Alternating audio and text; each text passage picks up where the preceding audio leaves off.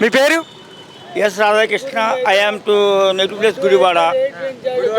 Gudivada Kodali area బూతులు నాని గారి area మాది.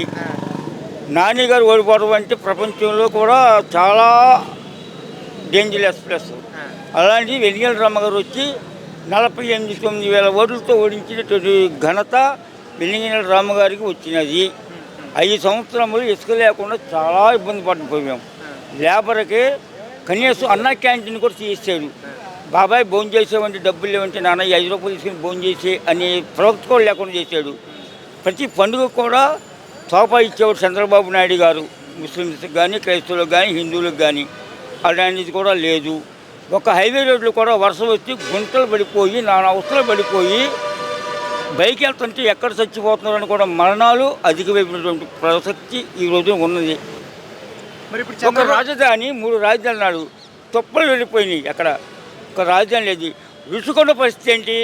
ఎంత 599 కోట్లతో కట్టి కూతురికి ఒక ప్యాలెస్, ఇంకొక ప్యాలెస్, ఇంకో ప్యాలెస్, అవున ప్లేస్, నెక్స్ట్ ఇద్దరు కలిసి ఒక బెడ్రూమ్. మళ్ళీ రుచుకొండ 5,99,000 కోట్లు ఎవరిని కూడా లేకుండా చేశాడు.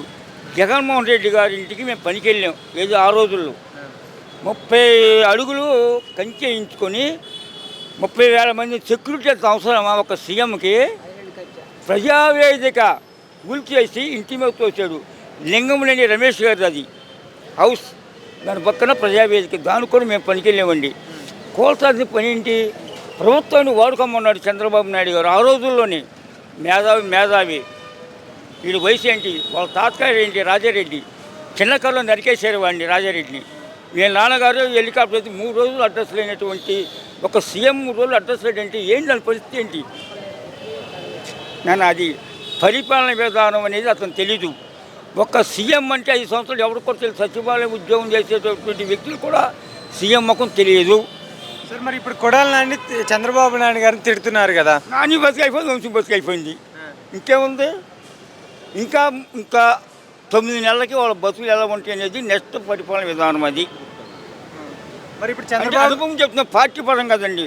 మేము పుట్టబడికి వచ్చాం, భార్య పిల్లలు బతుకుంటూకి వచ్చాం. బాబు పని ఉందా వస్తాం మేము, బాబు ఇంత అంతా నీకు తీసుకెళ్ళి సాయంకాలానికి ఒక క్వార్టర్ ముందు చేసి వెళ్తాం. ముందు విషయం వద్దు.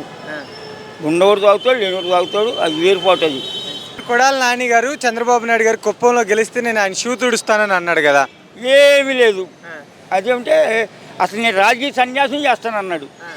ఏముండదు. ఇదే రా అంటే రాజకీయం, కీ అంటే కీడు, ఎం అంటే యంత్రాంగం. రాజకీయ సన్యాసి యంత్రాంగం పట్టుకునేవాడు. ఆ రోజు దామోదర్ సంజయ్ రాయ్ గారు 1966 చేశాడు ఎస్ఐ క్యాండిడేట్.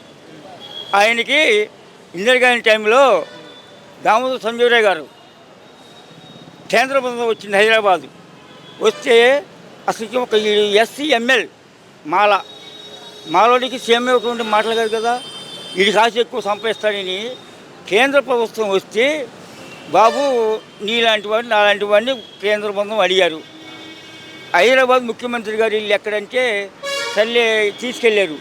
వాళ్ళ అమ్మగారు చిన్న పూరు గుడిసి పొయ్యిలో పొగబెట్టి గొట్టం, అప్పుడు గొట్టం అండి, మాకు కూడా గొట్టాలండి. వాళ్ళు గ్యాస్ వచ్చింది కానీ గొట్టాలి పొగవుతుందంట. కేంద్ర బృందం అంటే మాటలు మరి ఐసీసీ కార్పొరేషన్ ఏర్పాయి కదా.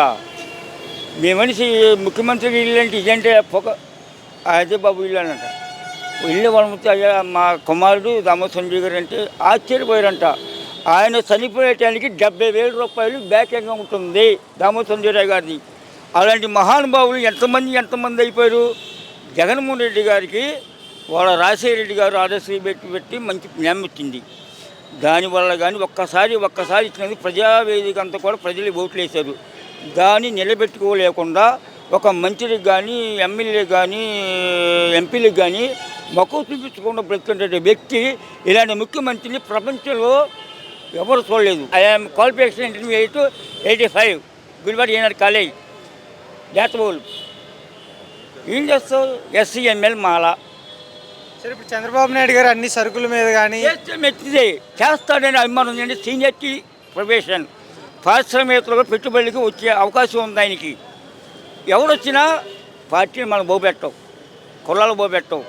ఇక్కడ వస్తారు, ఎంతమంది వస్తారు, జిల్లాల నుంచి రాష్ట్రాల నుంచి వస్తారు, కుల విభేదాలు లేకుండా అందరూ అన్న బాబాయ్ ఆప్యాయత అనురాగం పని చేసుకుంటాం. సాయంకాలానికి 10 రూపాయలు తీసుకుని వెళ్తాం, ఎవరి గుడిలో వాళ్ళకి వెళ్తాం. అది అట్లాగే ఏ ప్రభుత్వం వచ్చినా మాకు లేబర్కి న్యాయం జరుగుతుందనేటువంటి నమ్మకం ఉంది. చంద్రబాబు నాయుడు గారు వస్తే ఇప్పుడు అన్నా క్యాంటీన్లు ఓపెన్ చేస్తున్నారు కదా, ఎలా ఉండబోతుంది అనుకుంటున్నారు? శుభ్రం పోతారు, లేబర్ బతుకుతారు.